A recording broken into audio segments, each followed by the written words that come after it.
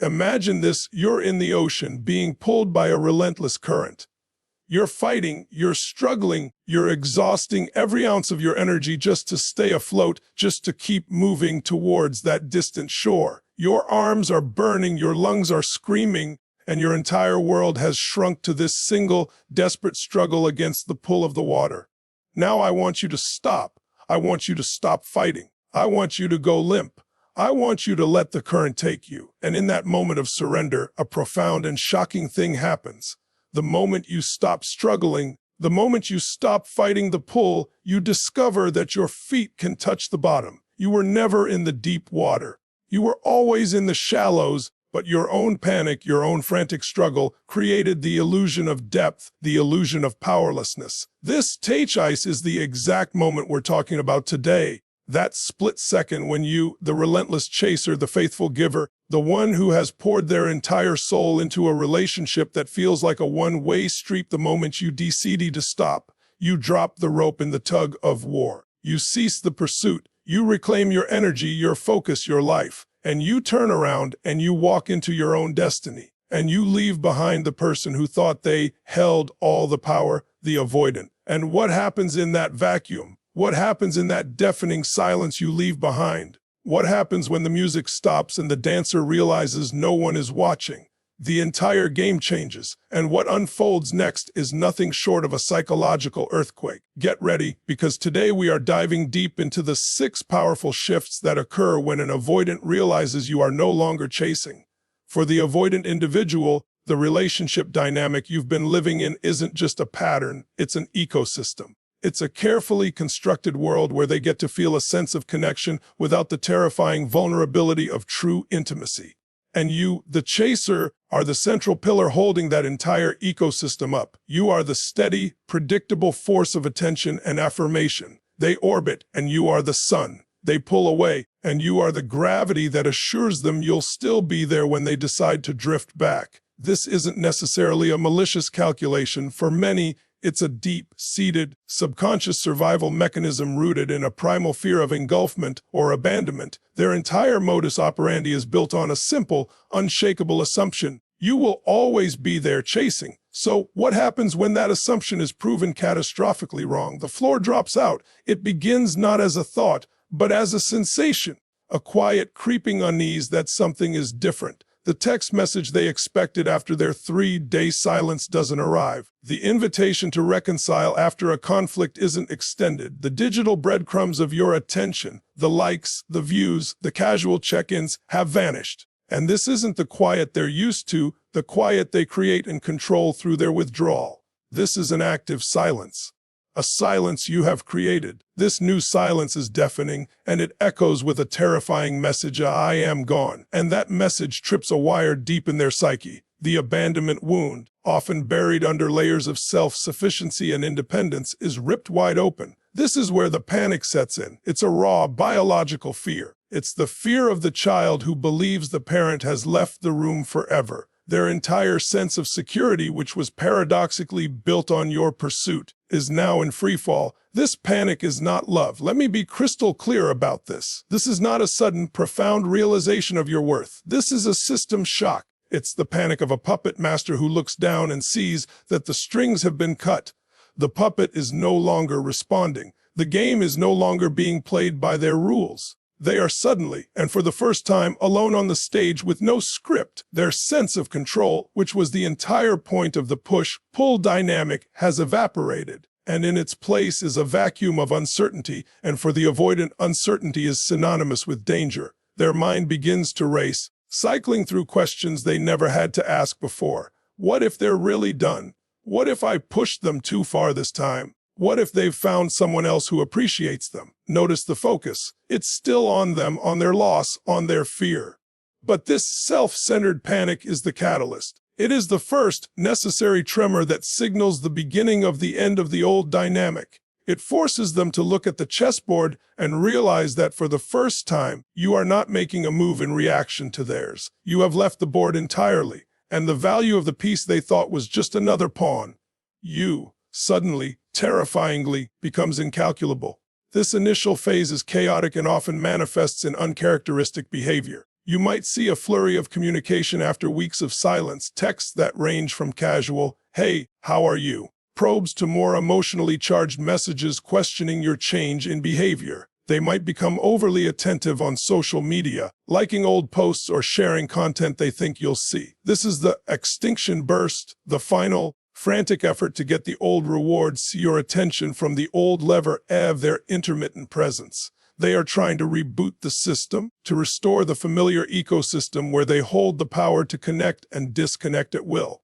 But if you hold the line, if you maintain your radiant silence and focused forward momentum, this panic does not subside into resignation. Instead, it morphs, it deepens, because the failure of their initial probes to reignite the old dynamic leads them to the inescapable, ground-shaking conclusion that something fundamental has changed. And that brings us to the second, even more profound shift. The entire avoidant attachment style is at its core a fortress built to manage one overwhelming thing: the illusion of control. They control the distance. They control the depth of the conversation. They control the timing of intimacy. They create the rules of engagement. And you, the chaser, have been faithfully following them. You've been waiting for them to be ready, scaling the walls when they let a rope down, and reassuring them that it's okay when they pull it back up. In this dynamic, they are the architect, and you are the dedicated tenant of a building you can never truly own. Your pursuit was the validation of their blueprint. It proved the design work.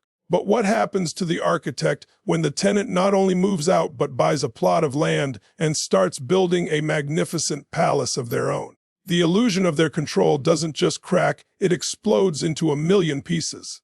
This shattering is a psychological event of the highest order. For the avoidant, their sense of self is often tied to this ability to manage their emotional environment. By setting the pace and the terms, they feel safe. They believe they are protecting themselves from being consumed, from being hurt, from losing themselves. Your constant chasing was the proof that their methods were effective. It was the evidence that they could have a connection without surrendering their autonomy. When you stop, you are not just withdrawing your affection, you are invalidating their entire survival strategy. You are demonstrating that their most trusted tool for navigating relationships is, in fact, broken. The lever they have been pulling their whole life to get a sense of security has come off in their hand. This creates a profound cognitive dissonance. The story they have been telling themselves, "I need space to be safe. I am independent and don't need anyone that much. If I get too close, I will lose myself," collides head-on with the new, terrifying reality. Their space is now infinite, their independence feels like isolation, and the self they were so fiercely protecting now feels insignificant because there is no one there to reflect it back to them. The control they thought they had was entirely dependent on your participation. It was a conditional control, and you have just changed the conditions. Now, they are left alone in the fortress they built, and they are discovering it's not a fortress of strength, but a prison of their own making. The walls they built to keep you out have ended up locking them in. In this phase, you may observe a shift from the initial panic to a kind of frustrated confusion. They cannot comprehend the new rules because the game itself has been canceled. They might try to reassert control in other ways, perhaps by becoming cold or dismissive, trying to make it seem like they are the ones who are done. This is a last-ditch effort to reclaim the narrative, to frame your departure as their decision. But it's a paper tiger, because deep down they know, they feel the shift in the fundamental power dynamic. The person they believed was anchored to them has cut the chain and set sail, and now they are the one left standing on the dock watching you disappear into the horizon. This realization is humbling in the most brutal way. It forces a question they have spent a lifetime avoiding. If I was so in control, why do I feel so powerless? This is the moment the seeds of true self-reflection are planted, not because they want to, but because your absence has left them with no other choice. The mirror you once held up for them with your devotion has been replaced by the stark, empty mirror of their own solitude. For the entire duration of the chase, your value in the eyes of the avoidant was conditional and functional. Your value was in your availability. Your value was in your capacity to forgive. Your value was in your unwavering presence. You were a resource, a source of comfort. validation, and stability that they could tap into when their internal emotional reserves ran low. You were the lake they could always return to for a drink, but they never had to worry about maintaining the lake itself. The moment you stop chasing, you perform a magic trick of monumental proportions. You disappear from the category of available resource and reappear in the category of profound loss. This is the retroactive awakening. Human psychology is wired in a perverse and powerful way. We only truly understand the value of something the moment it becomes scarce. The air in this room is worthless to you until you're held underwater. The water in your bottle is just water until you're crawling through a desert. And you, in all your glorious, patient, loving devotion, were just part of the landscape until you vanished from it. Your absence creates a vacuum, and in that vacuum, their memory begins to undergo a dramatic rewrite. Suddenly, the movie of your relationship starts playing in their mind on a loop, but the scenes are edited differently.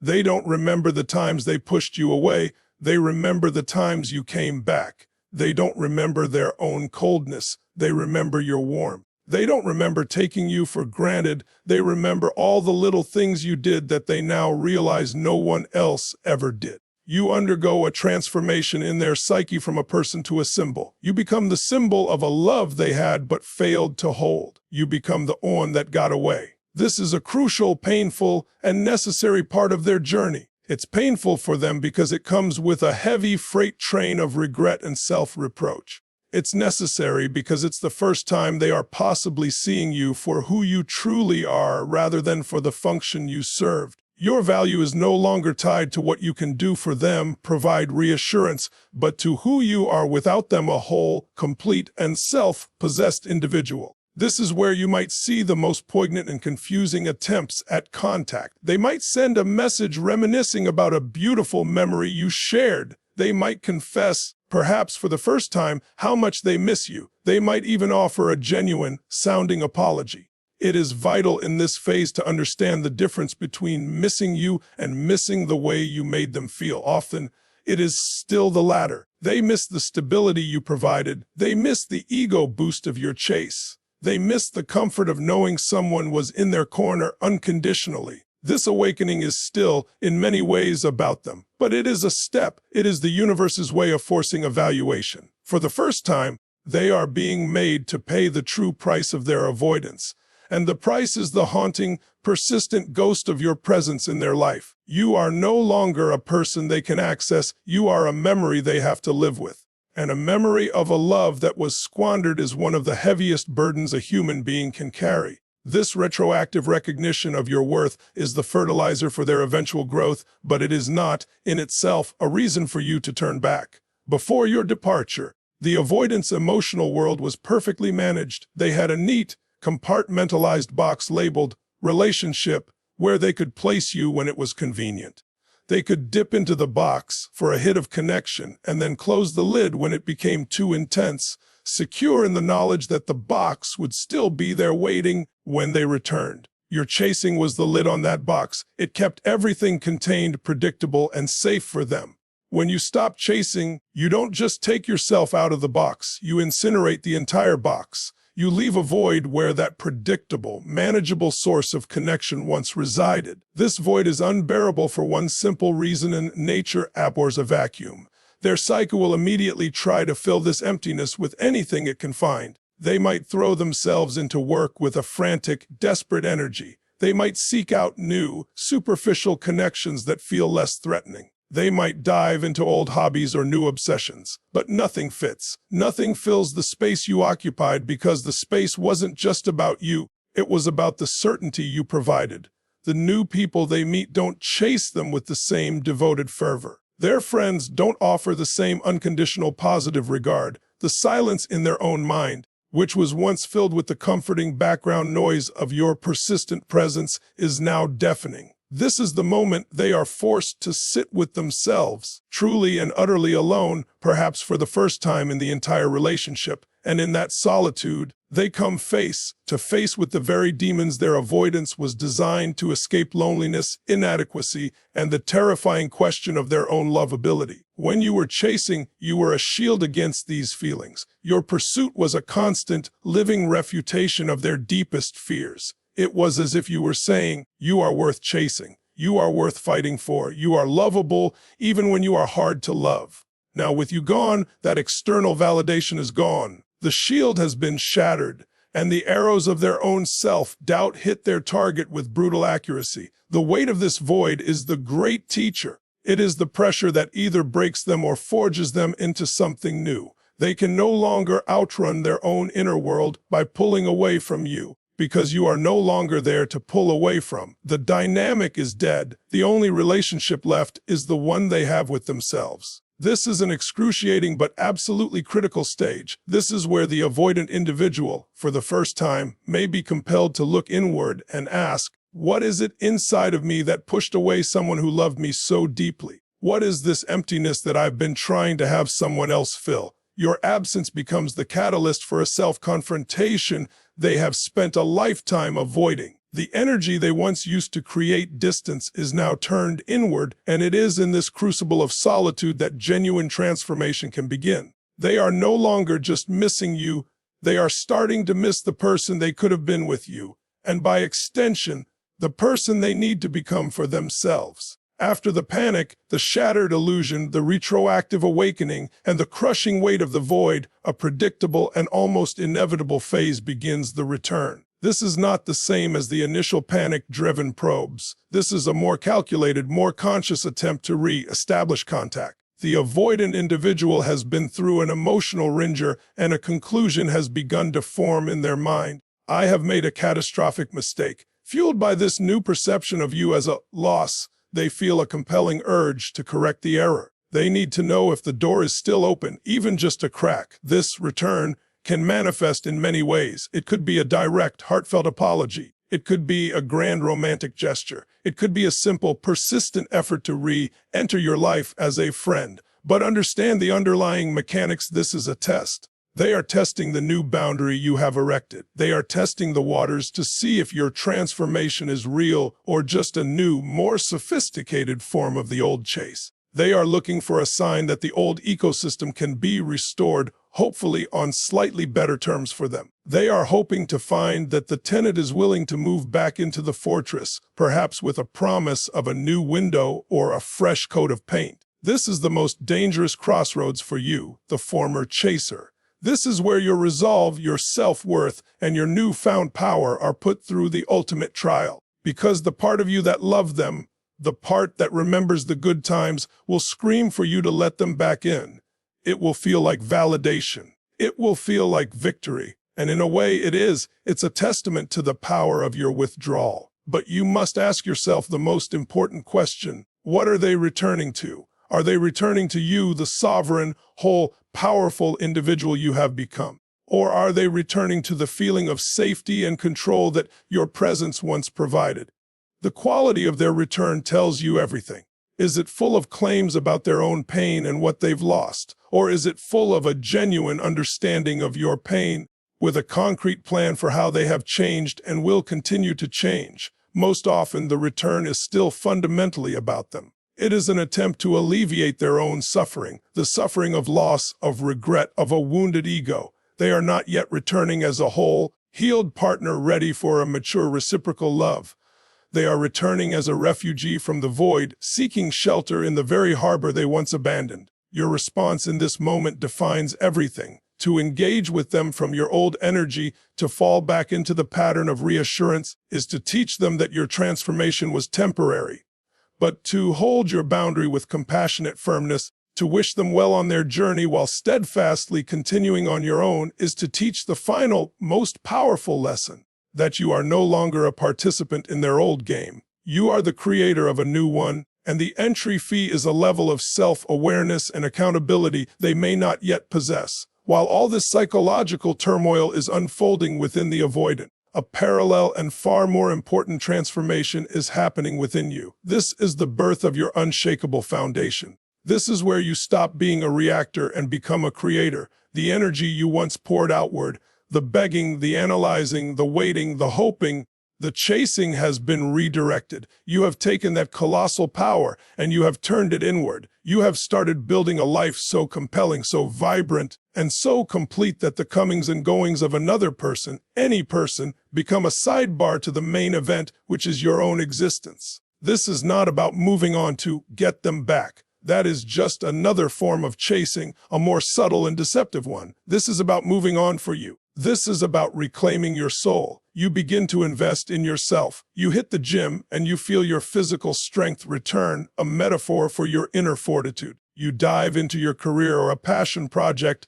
and you rediscover your competence and your creativity. You reconnect with friends and family, and you are reminded that you are loved and valued outside of that one tumultuous dynamic. You travel, you learn, you grow, you build a fortress of your own. But unlike theirs, which was built on fear, yours is built on self-respect. The walls of your fortress are not to keep people out, but to define the sacred space within which you honor yourself. In this state, a profound shift in your perception occurs. You stop seeing your decision to stop chasing as an act of giving up. You start seeing it as the single most empowered choice you have ever made.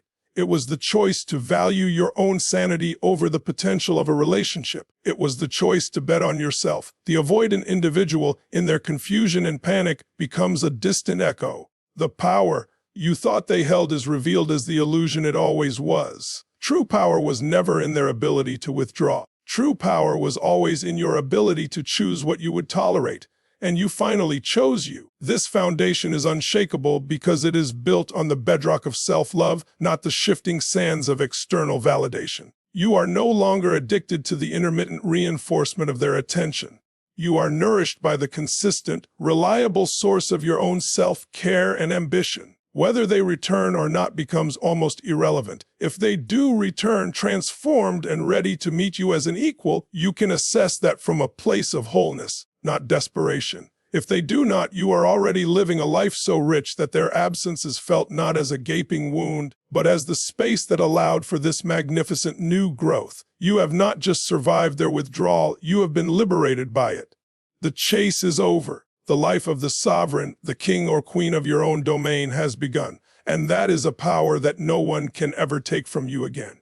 In the end, the journey of what happens when an avoidant realizes you're no longer chasing is not a story about them. It is the origin story of your own power. It is the painful, necessary, and glorious process of you taking back the reins of your own life. Every moment of silence you maintained, every boundary you held, every tear you shed that watered the seeds of your own growth was an act of profound self-reclamation. You stopped being a supporting character in their drama and stepped into the lead role of your own epic. This process forces a fundamental rewriting of the rules. It demonstrates, in the most visceral way possible, that the dynamics of love and connection cannot be sustained on one person's fuel alone. You have caused a seismic shift not by demanding change, not by begging for it, but by embodying it. Your absence became a louder teacher than your presence ever could be, forcing a mirror in front of the very soul that refused to see you. And in that reflection, they are confronted with the consequences of their own choices. Remember, the panic, the shattered control, the retroactive longing. These are not victories to be savored, but signposts on their path. They are the external evidence of an internal revolution that you started. Your peace is no longer contingent on their actions. Your worth is no longer measured by their attention. You have moved the source of your validation from outside of you to within you, and in doing so, you have become emotionally untouchable in the most powerful sense. So, as you move forward, carry this truth in your heart. The greatest leverage you will ever have in any relationship is the willingness to walk away and be complete without it. You have now embodied that truth. You have learned the alchemy of turning pain into power, longing into self-love, and chasing into a radiant, magnetic presence. The game is over because you have changed the playing field. You are no longer in the shallow end, struggling against a current you created. You are now the ocean, deep, powerful, and vast, and you decide which ships are worthy of sailing on your waters. Let this be the final chapter of your old story and the thrilling beginning of the new one. A story where you are the hero, the prize, and the destination. You are no longer chasing, you are being chased by your own boundless potential. And that is a future brighter than any past you've left behind. Thank you for having the courage to read this, to feel this, and to choose yourself. This is not an easy path, but it is the only one that leads to true freedom. You are stronger than you know, and your future self is already thanking you for the brave choices you are making today. Now, go out there and build a life so incredible that this becomes just the chapter that made you unstoppable. I believe in you. Go get it. Goodbye.